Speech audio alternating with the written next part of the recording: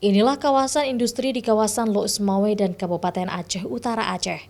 Di kawasan tersebut terdapat beberapa perusahaan milik negara, yaitu Pupuk Iskandar Muda, Pertamina Arun Gas, dan pelabuhan milik PT Pelindo.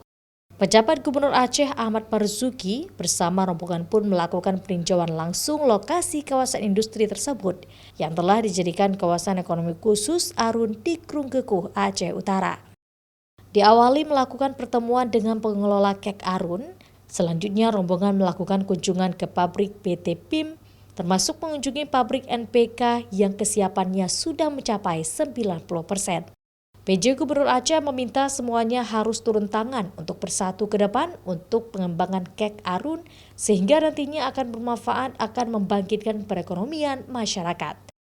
Menurut Ahmad Marzuki, PT Pupuk Iskandar Muda harus mengundang para bupati dan wali kota di sekitar Kek Arun, sehingga bisa diketahui mana yang bisa dimanfaatkan sebagai pelabuhan Kek Arun tersebut. Arun itu persoalan yang belum selesai sekarang, karena di awal-awal saya mendengar bahwa penyertaan dari saham Pelindo dengan Pertamina belum, namun sekarang sudah dibahas. Sambil ini berjalan secara paralel semua, sambil menunggu semuanya putus, karena ada lahan punyanya Pema, ada lahan punyanya Pertamina, kemudian punyanya PT Arun sendiri. Nah, sambil itu putus, saya minta Pema juga membantu supaya komoditi wilayah bisa juga dipakai di situ.